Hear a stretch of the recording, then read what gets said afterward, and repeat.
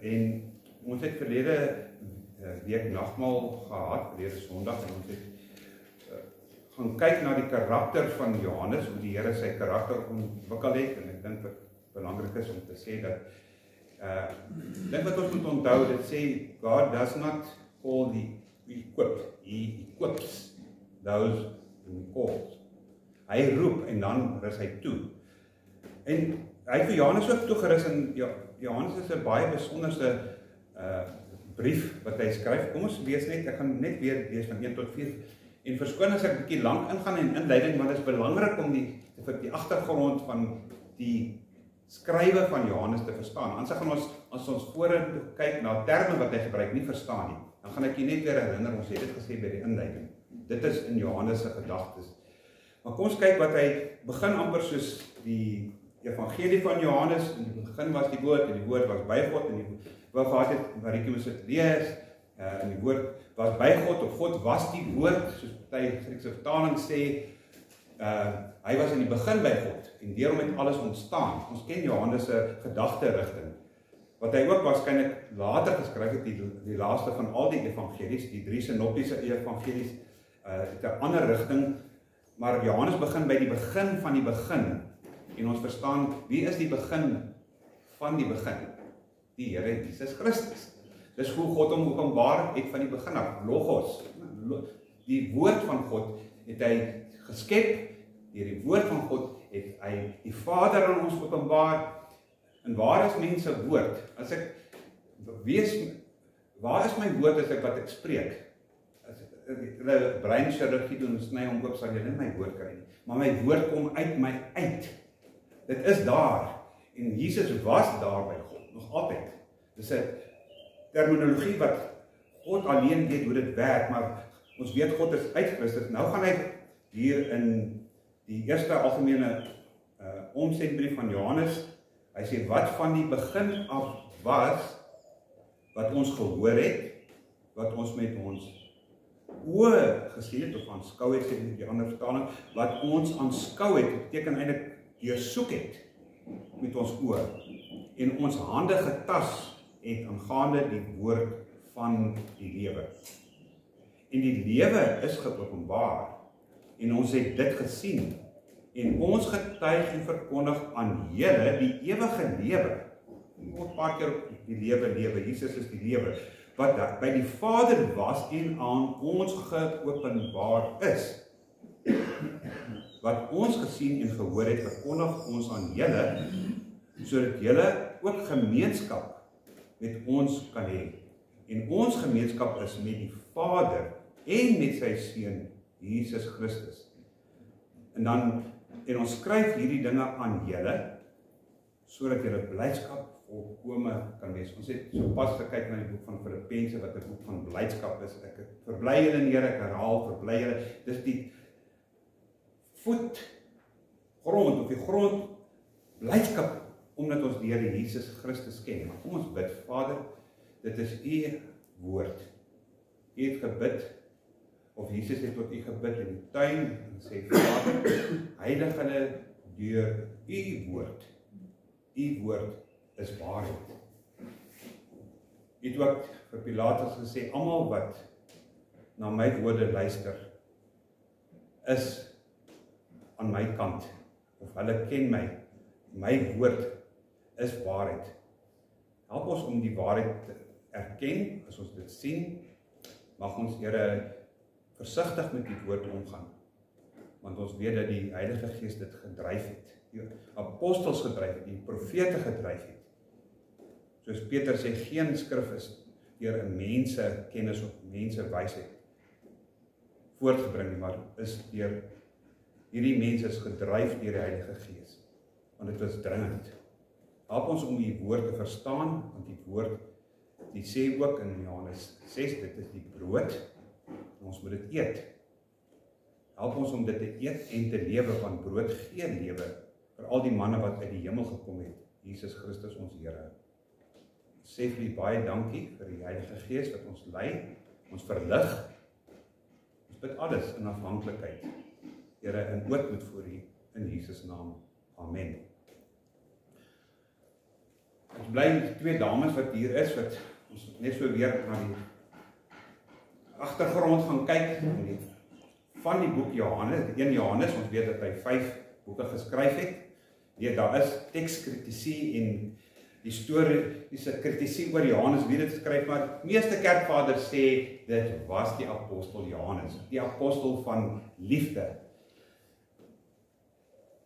Ons moet voortgaan, soos ek sê, kyk net bietjie na die agtergrond, kyk wie Johannes was, die seun van Zebedeus. 2 van die broers is geroep om disippels te wees, en dis nie disippels almal wat Jesus gevolg, dis die verskil tussen 'n disipel en 'n apostel. Die 12 was ook disippels, maar daar was baie, daar was duisende disippels, maar daar was net 12 apostels. En ons weet, Paulus is 'n buitengewone apostel, want hy het privaat, hy was nie tussen die 12 om van Jesus te leer nie, hy was alleen geïsoleer en deur Christus, het sy dit deur sy gees of hy self direk geleer aangaande, wat hy vir ons ook oorlewer. Maar Johannes is ook 'n besonderse apostel, want Johannes het baie oud geword. Van al die apostels is hy die een wat die langste oorleef het. Ons kan kyk weer eens wat sê die kerkvaders, Jerome, wat die 4de eeu geleef het, die 4de eeu skryf, maar ons gaan nou terug na vorentoe, vroeër na die jaar 100 was daar baie, Irenaeus, Eusebius, daar was vreeslike klomp kerkvaders, wat bevestig Johannes is wat hy gesê het hy is, en wat die boeke vir ons geskryf het. En 'n manier wat hy dit skryf, ons moet verstaan ook, het jy al gelees, en ek glo jy het al 'n keer deur 1 Johannes gelees, waar hy sê, ek skryf hierdie dinge dat julle nie moet sondig nie, en as iemand gesondig het, ons het 'n voorspraak. Maar op 'n ander plek sê hy wat uit God gebore is, sondig nie meer nie. Nou dink ek, oeps, maar ons doen nog sonde. Ons is nog geneig tot sonde. Wat bedoel Johannes? Dis waarom ons moet versigtig kyk na die konteks en gaan kyk wat hy bedoel. Van wat skryf hy? Wat is hierdie sonde wat hy sê dat ons nie meer aanhou sondig nie? Dis nie algemene sonde, want ons weet ons almal is sondig. Paulus self moet sê of hy voor of na sy of hy gegroei het, sê wat ek wil doen, dit doen ek nie. Wat ek nie wil doen nie, dit doen ek juis. Dis die sondige natuur en ons sleep hierdie wat Paulus ook in die konteks sê, wie sal my verlos van hierdie dooie liggaam wat hy eintlik bedoel, wat vasgebind is aan my, wie gaan my verlos? Om op te hou sonde, maar ons gaan aanhou sonde, hooplik baie min, totdat ons volmaak is in Christus. Ons nie meer daai sondige natuur saam met ons sleep nie. Maar Johannes het 'n bedoeling hier teen wie hy dit skryf, want hy wat ontwikkel is van hierdie harde, dink ons kan hom 'n harde neut of 'n toffie noem, Johannes, voor hy werklik gegroei het in Christus, want hy het 3 jaar gevat om te groei in Christus. Hy is geroep as 'n visserman. Hy en sy broer wou vuur uit die hemel afroep op die Samaritane. Hy en sy broer wil reg rondom Jesus sit as Jesus in sy koninkryk kom. Dis arrogant. Hy ontwikkel in hierdie Johannes, die apostel.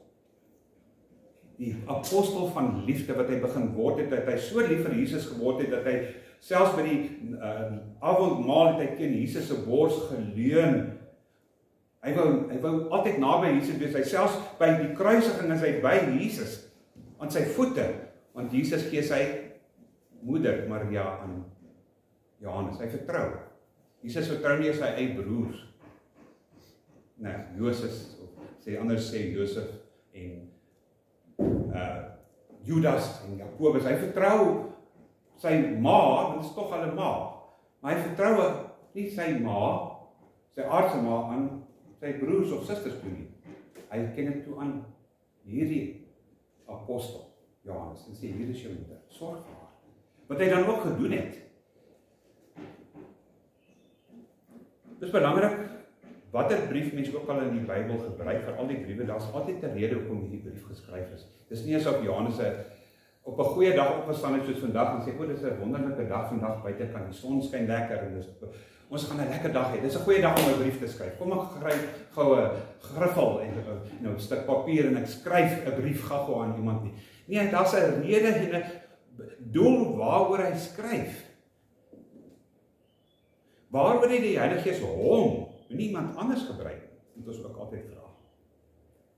Waarom skryf hy uit Efese en nie uit Jerusalem? Want hy is op 'n spesifieke plek toe hy hierdie briewe geskryf het. En ons moet daardie kultuur en ons moet daardie verstaan wat gebeur in Efese. Ons weet, Efese, as jy gaan terugkyk in die geskiedenis, jy kan gaan kyk wat Jesus ook sê van die kerk van Efese in Openbaring, maar hy hulle komplementeer, maar een van die groot probleme by Efese, wat was die probleem? Hulle het hulle eerste liefde verlaat. Hulle is nie meer so vurig vir Christus nie. Hulle het nie meer ywer vir Christus nie, hierdie gemeente in Efese. En van hier af skryf Johannes, in hierdie metropool, dit was 'n hawestad, dit was 'n ryk stad, dit was 'n deurvloei van kulture, dit was 'n deurvloei van handelaars, reisigers, het almal, die meeste van hulle, as jy in Europa aangegaan het deur Efese gegaan. Wat 'n beter plek het God nie voorberei om hierdie 5 briewe, wat oorgetale manuskripte oor en oor geskryf, om hierdie manuskripte in die wêreld in te gaan, wat in die einde van die eerste eeu besig was om te versleg, dit wat nie beter geword nie. Ons dink ons daar is erg en boos. Hulle sê daai tyd, toe Johannes skryf, was dit baie, baie erg. Want dit die Romeinse gode aanbid, dit was 'n Romeinse pantheonis, wat daar met verskillende gode aanbid, en Diana aanbid, Artemis, en allerhande gode aanbid, en die mense, die kerk is in gevaar. Waarom was die kerk in gevaar in Efese? En ook in die omliggende areas? Omdat Johannes die enigste oorblywende eerste rangse getuienis was. Al die ander disippels is doodgemartel. Op 'n manier is nie meer daar nie.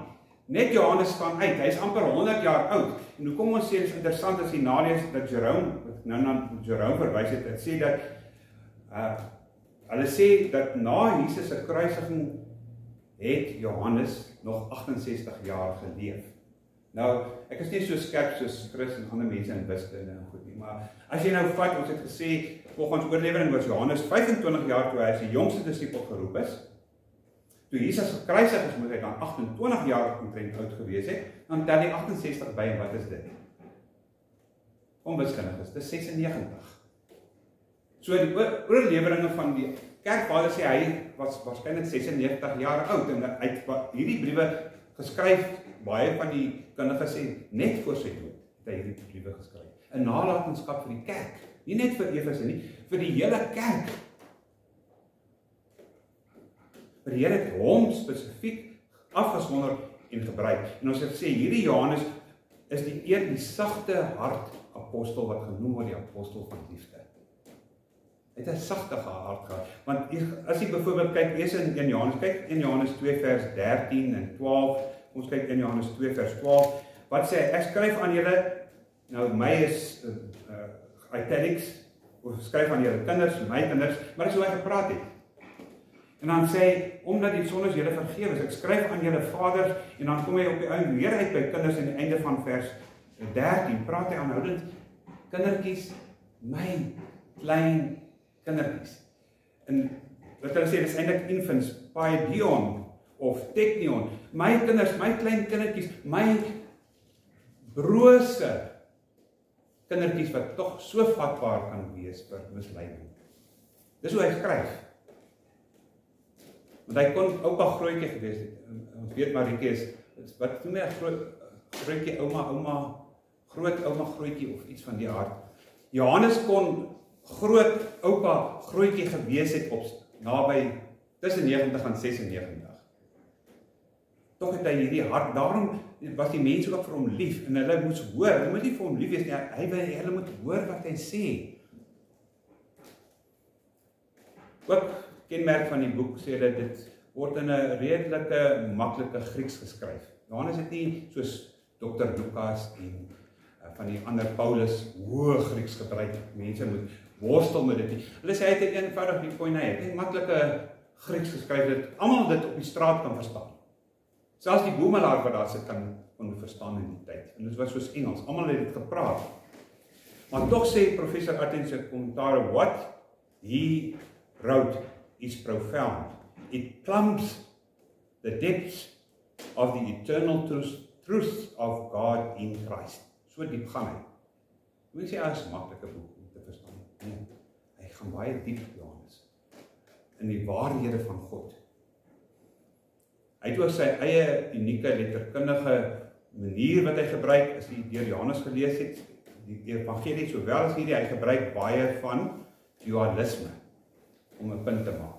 Ja, gelees Johannes, hy sê iets, dan kontrasteer hy dit met iets anders. Dis 'n dualisme wat hy gebruik. Kom ek gee vir net so 2 of 3 voorbeelde. 1 Johannes 1, 5 tot 7, skets wat hy ook in die evangelie doen. En dit is die verkondiging wat ons van hom gehoor het, en aan julle verkondig, God is lig. Een konsep. En daar is geen duisternis in, lig teenoor duisternis. So, dualisme. Nog 'n voorbeeld, in 1 Johannes 2, 9 tot 11, nog 'n voorbeeld van dualisme, hy wat sê dat hy in die lig is, en sy broeder is in die duisternis. Baie die verlig en duisternis, Johannes. 1 Johannes 3 vers 9 tot 11. Elkeen wat uit God gebore is, doen geen sonde, wat ons nou nog van gepraat het. So dit voor ons dan, ons doen nie meer sonde, ons sal kom met dit later, daar by die teks kom. Omdat sy saad is die Heilige Gees in hom bly, en hy kan nie sondig nie, want hy is uit God gebore. En dan kom hy met hierdie dualisme, hierin is die kinders van God en die kinders van die duiwel. Kinders van God teenoor die kinders van die duiwel geopenbaar. Elkeen wat die geregtigheid doen, is nie uit God nie, en hy ook wat sy broeder nie lief het nie. So praat Johannes, en hy kom elke keer met 'n dualisme vir iets om te beklemtoon. Net soos in Hebreëus mens parallelisme kry om iets te beklemtoon, so gebruik hy dualisme hier. Want dis ook hier, wat is die profound? Waarom moet sê die profound truths? Ons kry ook dieselfde Johannes, onthou Johannes 14, ek is die wynstok, julle is die lode. Dan sê hy, bly in my soos ek in julle bly. Hoe verstaan mens? Bly in my soos ek in julle bly. Soos die Vader in my is, so moet julle, en ek en die Vader moet julle ook in my bly. Ons verstaan dit nie as mens nie. Wat bedoel hy? Maar daar moet 'n tipe van mysticisme wees, want ons het met God te doen, nie met menslike terme. Die evangelieskrywers en die mense van die Nuwe Testament probeer waarhede aan ons oorbring, want hoe kan ons in God bly en hy in ons? Dit maak nie eintlik sin nie. En met my eenvoudige illustrasie van al wat ek aan gedink het, en ek het dit al van tevore gebruik, jy vat 'n blikkie Coke, wat jy nie vandag meer moet drink nie, dit is baie gevaarlik, maar jy vat daai hele blikkie Coke, wat jy klaar gedrink het, en jy gooi dit in 'n dam in. Wat gebeur met die blikkie? Behalwe dat hy maar bloep, of 'n glas borrel, bloep. Hy gaan onder toe. So waar is die bottel? Die bottel is in die water. Maar is die water ook in die bottel? Ja. So ons kan tog iets van dit verstaan, dat hy in ons is en ons in hom, en nie die helfte van hom in ons is, maar die volheid van God woon in Christus Jesus, maar die volheid van God woon ook in ons, nie die helfte van God, nie 'n duisendste van God woon in ons, die volheid van God. Die term wat Johannes ook gebruik, as julle my liefhet, my gebooie bewaar, sal ek en die Vader by julle kom woon. Hoe? 2? Nee, dit is een God, maar deur sy Gees en sy volheid in ons woon, die mysterie van die volheid van die Heilige Gees wat mense vul, wat mense vandag misbruik en eintlik laster teen die Heilige Gees, want hulle het geen benul wie die Heilige Gees is nie. Maar Johannes skryf aan die einde van die 1ste eeu, ons weet het ons gesê, die meeste apostels is al reeds dood, die eerste, almal wat daar was toe Jesus gesterf het in kluis, 1 Korintiërs 15, die verwysing na die 500 plus getuies wat Christus gesien het, is klaar dood. Hulle was klaar waarskynlik oor 20, nou is dit 95 na Christus, daai mense is almal dood. Die eerste getuies wat hom gesien en gevoel aangeraak het, is nie meer daar nie, hulle is dood. En nou kry ons 'n kerk wat 'n gevaarlike kerk word, hulle noem dit church in flux. Ek het gaan soek na die Afrikaans, hulle praat kerk in vloed. Nee, dis meer soos 'n kerk wat op modder sit en skuif. Hy kan enige oomblik val. Hierdie kerk verkondig nie meer die suiwer evangelie nie. Johannes moet alles bymekaar bring sodat die mense kan terugkeer na die waarheid van Christus Jesus toe, want baie van hulle het nie meer geglo dat Jesus die seun van God is nie. En baie gesê dat Jesus die enigste seun van God is nie. Ons mag kinders wees, aangeneem. Maar hy is die eerstgeborene en hy is die eniggebore seun van God. En hierdie waarheid het begin troebel word, soos water wat begin modder kry, begin water nie meer helder word, begin bruin word, water moet dit weggegooi word. Maar hy skryf uit Efese, wat ons weet Paulus in 53 na Christus geplant het, maar hierdie geplante kerk was in groot gevaar, en dit is baie merkwaardig, ons moet altyd onthou, waarom skryf Paulus en ook Johannes, ons moet onthou, Johannes was daar toe die tempel in 70 na Christus verwoes is deur keizer, wat eers 'n generaal Titus was. Nee. Hy was daar, en die oorlewering sê, hy het gevlug ook in daai tyd. Betyds gevlug, voordat Jerusalem die tempel verwoes is deur hierdie kwaai keizer. Dit sê, die tyd het hy saam met Maria waarskynlik Efese toe gegaan. Maar nie een van die evangelieskrywers of die apostels wat ons skryf, het baie te sê oor die Romeinse regering. Ons het baie te sê vandag oor die regering, is dit nie. En hulle het nie veel gesê.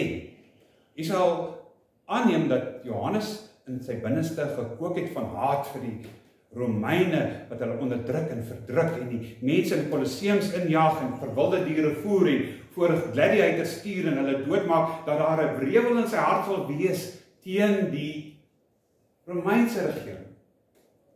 Dat is niks. Dis vir hom nie eers moeite werd om dit te meld in sy skrifte. Want hy kon, want hy was daar. Waarom sê hy niks van wat gebeur het?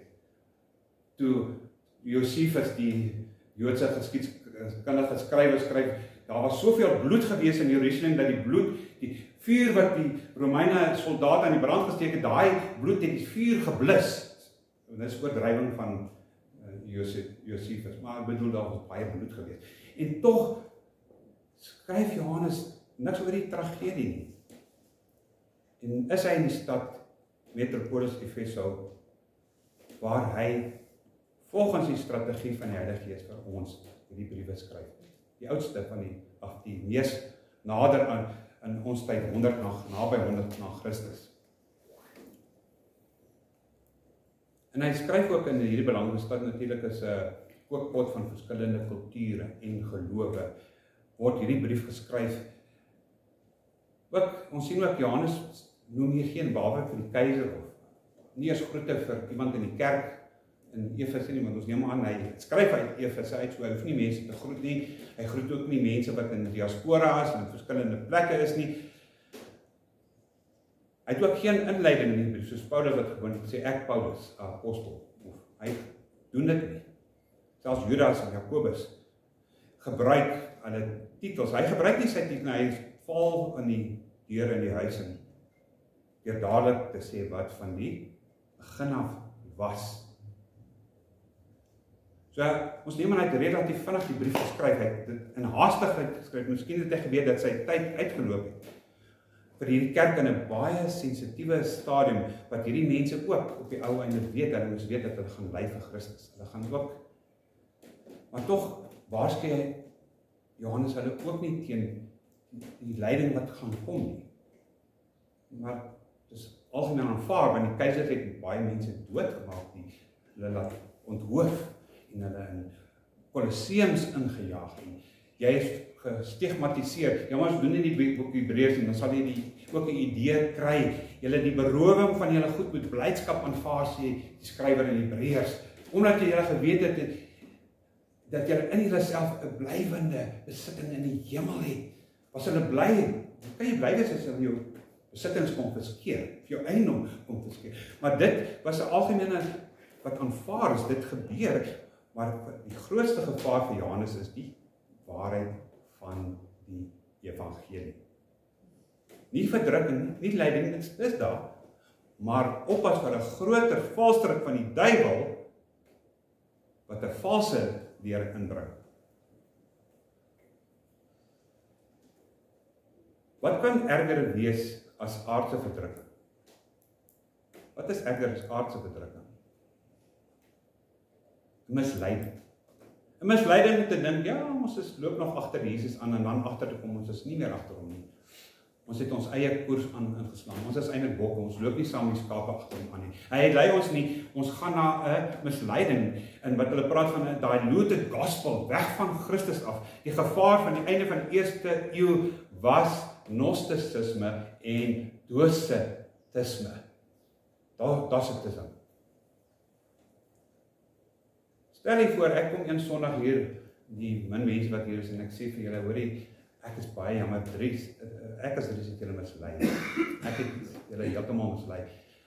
Jesus is nie die enigste weg na God nie. Jesus, daar's ander weë. Jammer, ek het julle nou al, sê nou maar vir 2 jaar wat mislei oor dit.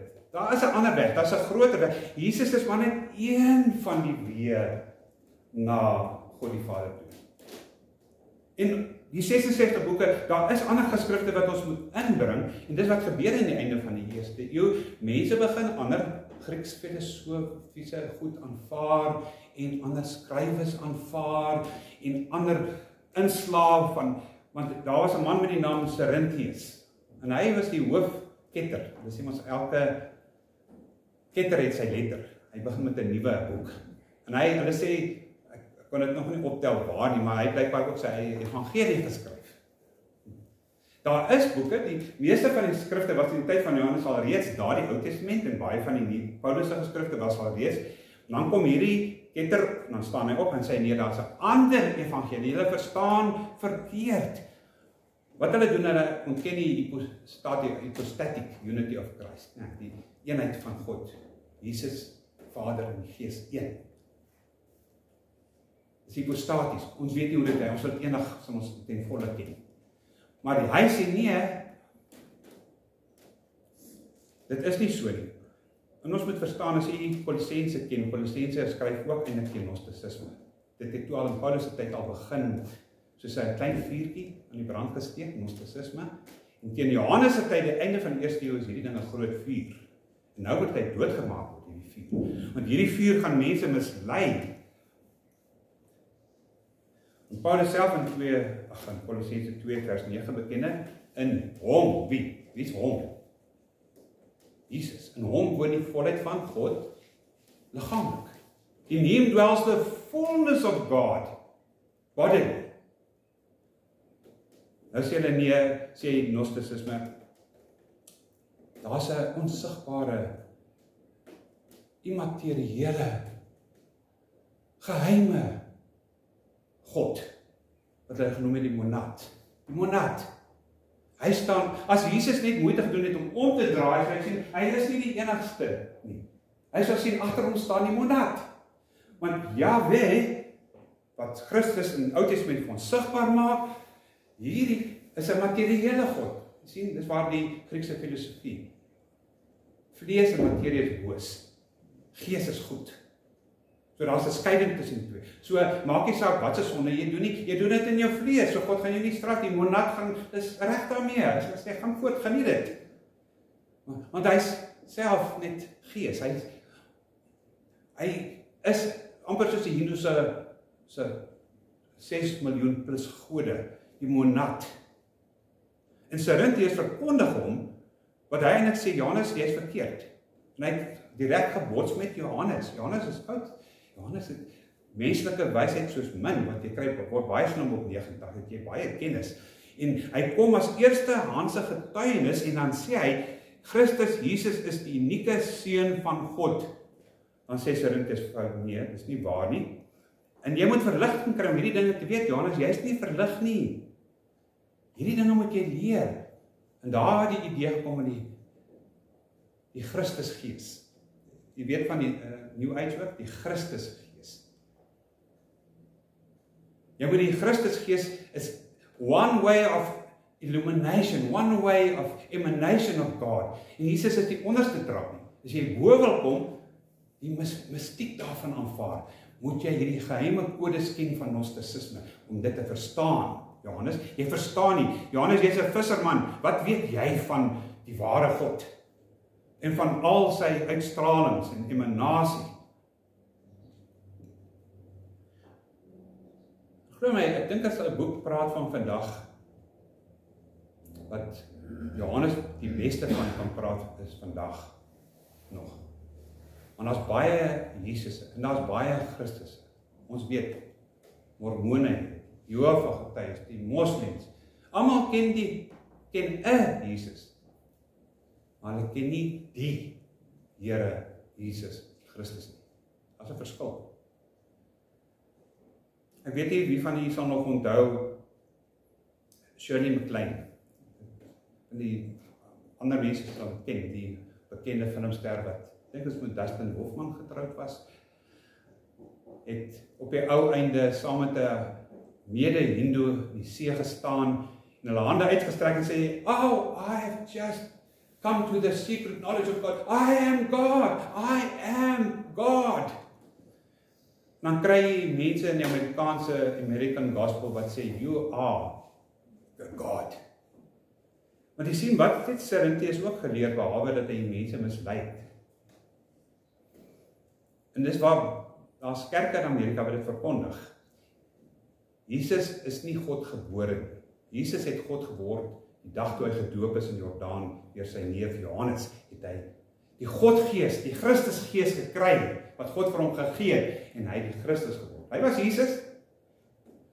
En wat ontstellend is, wat ek sê vandag relevant is, jy ken vir professor Andries van Aarde, om Willie ken hom goed, ons het daaroor gepraat, hy het nogal my naam, ek dink ek moet my naam verander, miskien moet maar net sê, Dries Hermanus Nel, nie Andries Hermanus Nel nie. Professor van Aarde het 'n boek geskryf, en ek kan nie glo dis 'n man wat 'n professor is in die Pikes, 'n teologiese fakulteit, en studente hierdie twak leer, wat sê, het jy al gehoor van die boek? Fatherless in Galilee, Vaderloos in Galilea. Dis 'n professor in teologie wat tokkelokke en mense leer. Dat Jesus uit Maria inderdaad buiteegtelik gebore is, maar sy pa, Jesus 'n regte pa, was of 'n Romeinse soldaat wat Maria verkrag het, of so nie 'n ander ontugtige verhouding, en Jesus as 'n jong seun het gaan sit, en in sy hart het hy gewonder, ek het nie 'n pa nie, bruidspaak. God die Vader is my pa, en sien daar, God is sy Vader. Dit is nie die evangelie van Christus wat Paulus aan ons voorstel. Hy het dit nie roof geag met God, want hy was self God. Maar hy neem vlees aan. Hierdie inkarnasie, ons noem in teologie, ek versat by Judas om te praat van inkarnasie, want hulle dink, ons praat dieselfde taal. Die enigste inkarnasie wat ooit plaasgevind het, is dat Christus wat God was, woord was nog altyd, het vlees aangeneem en inkarneer as 'n mens. Hy het vlees aangeneem met vlees oorklee, of God het hom met vlees, het hom in vlees gegenereer, opgewek. Maar as nee sê, dit in Johannes, nie so nie, dis nie waar nie. Die Docetisme sê nie, is nie. Jy sien, wat Paulus hier skryf, hy skryf nie die moderne gnostisisme nie. Hy skryf aan iets wat ontstaan het. Dis meer Docetisme. Wat gesê het, Jesus het weer aan die ander kant, het nie regtig vlees aangeneem. Hy was 'n gees. Wat gesê, hy was 'n spook. Het jy al daai prentjie gesien van die voetspore, een ry voetspore wat die mense so vreeslik lief is voor? Dis die tyd toe Jesus my gedra het. Nee, dit kom van gnostisisme. Dis die tyd toe jy langs Jesus geloop het, jou voetspore kan jy sien, maar jy kan nie Jesus se voetspore sien nie, want hy was nie vlees nie. Hy kan nie voetspore trap nie. Is dit wat die Bybel vir ons leer? Nou as jy ware verligting wil hê vir ons, dan moet jy dit glo. Hy sê, of hy was glad nie vlees nie, of hy was glad nie God nie. Dis dieselfde leen van twee kante af. Want dit kom hy sê in 1 Johannes 4 vers 2 tot 3, en ek dink dis kom hulle dit belangrik is, om dit in die konteks te verstaan, hieraan ken julle die gees van God. elke gees wat bely dat Jesus Christus in die vlees gekom het, is uit God. En elke gees wat nie bely dat Jesus Christus in die vlees gekom het nie, is nie uit God. Dis die antichrist. Dis die sonde. Dat jy moet ophou sondig om te sê Jesus het nie in die vlees gekom nie. Jesus was nie die ware seun van God nie. Die enigste verskyning van God liggaamlik, en ons dank God daarvoor, behalwe dat hy vir ons kom sterf het, God se plan was om homself aan ons te kom openbaar in Christus Jesus. Daarom gee hy aan vlees. En hierdie vlees lê hy af. So, nou as ons verstaan dan, dis die brief is geskryf teen Docetisme en teen Gnosticisme van daardie tyd, wat al begin het in Paulus se tyd. En dit gaan alles oor die waarheid. Ons sal volgende week aangaan na hoe gereeld Johannes die woord waarheid gebruik. Evangelie en in sy boeke, veral in 2 Johannes, waarheid oorbeklemtoon.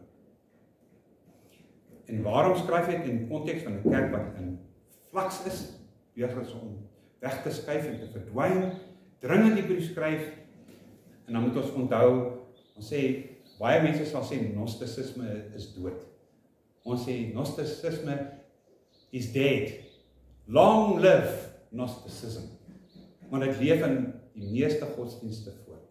Afbreking, soos, jy weet, 'n tentakel van 'n sekere, asof daai tentakel in godsdienste ingaan en hulle weer lewendig maak, sodat jy deur Moeder Maria moet gaan, sodat jy deur Mohammed moet gaan, deur Joseph Smith moet gaan, deur Word of Faith moet gaan, wat sê, jy is 'n God. Jy is soos Jesus, jy weet dit net nie, want die Christusgees kan jou ook bewoon, dan maak dit jou 'n God, little God's theology, jy weet van dit, little God's theology, jy is 'n God, soos jy met klein, jy moet net weet, en dit te weet is verligting, die geheime kennis van God, en dit is nie, dis die leuen van Satan. Want jy sien in laaste 10 jaar van die laaste eerste eeu, het die Christenkerk iets gedoen wat hulle nie moet doen nie, en nog steeds vandag doen. Baie kerke doen dit vandag. Ek wil die Engels gebruik, you make Christianity palatable to the unsaved. Hulle wat ongered is, hoe gaan julle trek? Het julle al gehoor van vriend? Seeker sensitive churches. Kry al die vermaak in jou kerk, hoe gaan jy mense trek? Vermaak hulle. Regtig is dit wat Jesus bedoel, nou is die poort, alles die weg. Min gaan daarin. Want dit het gebeur in die tyd van Johannes ook. Kerke het, hulle wou die kerke se mure afstand groter maak, sodat meer mense, maar ons sal hulle evangelie gee wat vir hulle palatable, vir hulle aanvaarbaar is.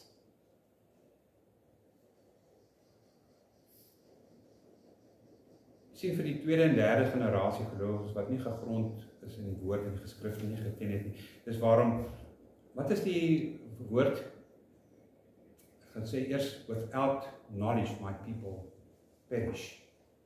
Wat baie misbruik word, without vision my church. Hulle is so lief om dit te gebruik in deesdae se kerk. Without knowledge my people perish. Maar die mense gebruik nie hulle Bybels nie, hulle maak nie hulle Bybels oop nie. Staan ons net soos hulle in die einde van die eeu op 'n glibberige grond. Maar grond maak so. Dat ons gaan opland voor Christus en God en die engele. En sê, maar jy het die verkeerde Jesus gevolg. Kom terug na die regte Jesus toe. Kom terug na die geskrifte toe. Want die geskrif, nie net is Jesus all sufficient, alles genoegsaam vir redding. Die geskrifte is alles genoegsaam vir lering om God te ken. Jy ken wat sê Paulus in 2 Timoteus 3:16. Dis genoeg. Die skrif is genoeg. Ons te leer is uitgeasem deur God. Polisie het op 'n stadium onthou back to basics. Selfs kapelaan moes 'n uniform dra wat ek nie wou gedra het, maar hulle sê selfs kapelane en maatskaplike werkers moet uniform dra. Ons moet sigbaar wees, weet jy. Maar die idee is reg in die skrif, back to the basics. Dis wat Johannes doen, bring hulle terug na die basiese, die woord van die lewe, in die begin, die argei, in die begin, wat hy begin, ja maar het ons net kom by die eerste verse begin, in die begin wat van die begin argei, die hoof, af was. Wie is van die begin af? Jesus Christus. Maak nie saak wat ons glo, waar hy, hoe hy dit doen. Hy was in die begin. Was hy was daar. Uit hom het alles ontstaan, deur hom het alles ontstaan, in hom is alles, in hom hou God alles in stand, Hebreërs 1. En hy hou alles in stand deur die woord van sy krag. So in die begin was die woord, gaan ons terug na Genesis 1 vers 1. In die begin het God, die argei, die begin, het God. Het 'n bewegende deur sy seun. Ons moet vashou in die soul expression of God who appeared in flesh. He took on flesh. Dis die waarheid en niks behalwe die waarheid, waarvan Johannes kom getuig aangaande die waarheid. Kom vertel ons die waarheid, Johannes. Wat vertel hy ons? Dis waar wat Genesis sê. Dis waar wat ek in my evangelie skryf. In die begin was die Logos. En die Logos was by God. Die Logos was God. Dis waar hy ook dan begin en dan aanraak met die aanskouing en die tas van hierdie waarheid. Aangaande die woord van die word ook met die woord van die lewe. Wat in die begin by ons was. Uit wie ons ontstaan het, uit ons geskep. Ons is hier omdat hy ons geskep het. Soos ons een lied gesing het, die engele buig voor sy troon, neer hulle roep, waardig is hy. Openbaring 4. Parallelisme op wat hy sê, maar hy word dag en nag sonder ophou. Parallelisme, dag en nag in die bid. Wat sê die engele? Waardig. Heilig, heilig, heilig. Waardig is die Here God die Almagtige. Wat is, wat was en wat kom. Om die eer, lof, heerlikheid. Amen. Volgende week, as u weer ons paar lees, hier sit aan die sitplek gordels, dan gaan ons volstoom na kyk na die eerste 4, waaroor ons moet bly wees. Dat God homself in ons kom openbaar het. En dat hy getuies opgerig het, sodat ons nie in 'n leuen lewe. Ons glo wat hier geskryf staan, dit waar is, betroubaar. Amen. Mag die Here ons harte seën, ons verstande verlig, nie so die gnosticisme die regte verligting bring van ons gedagtes, ons verstand tot sy heiligheid. Kom ons bid saam. Vader, ons dankie vir u woord wat deur al die eeue dieselfde bly, dieselfde is. Dankie vir soveel, Here, oor die 5000 Nuwe Testamentiese, Griekse Nuwe Testamentiese getuies, wat vir 'n paar stylistiese probleme, 'n paar wat op die oog af lyk of mekaar weerspreek, tog die waarheid is in sy konteks, die oorspronklike wat geskryf is. Here, u het nie net Jesus vir ons gegee, hy het vir ons gelei, opgevaar na die hemel, en nou sit ons alleen, nou sit ons met 'n probleem, want ons het niemand wat vir ons kan vertel wat gebeur het nie. U het skrywers opgerig, meer as 40 om vir ons al die geskrifte te gee, en dis algenoegsaam tot ons redding, algenoegsaam om die Here Jesus te ken, soos Johannes kan sê, wat ons gehoor het, wat ons met oë gesien het, wat ons aanskou het, en ons hande aangetas het, ondersoek het, aangaande die woord van die lewe, u seun, u heilige seun. Mag ons hom aanbid, want as ons hom aanbid, dan bid ons u, want hy is uit u, en hy is tot u, en hy is by u, en tog het u ons ook die salwing gegee wat Johannes van praat, die salwing, maar julle het ook die salwing ontvang. Dankie vir die salwing van die Heilige Gees, waardeur ons gelei word in die geskrifte, sodat ons u mag ken, die ware God en hom wat u gestuur het. Ons bid, vir die ryke seën, lei ons, Here, in hierdie dag, gee vir ons ook rustigheid, ons sal, Here, nie angstig sal wees oor enigiets, maar sal in blydskap hierdie dinge opnuut vier, nie net by die nagmaal, maar by elke Sondag u vier, wat in die hemel is, en wie se gees by ons is. Bid dit alles in sy naam. Amen.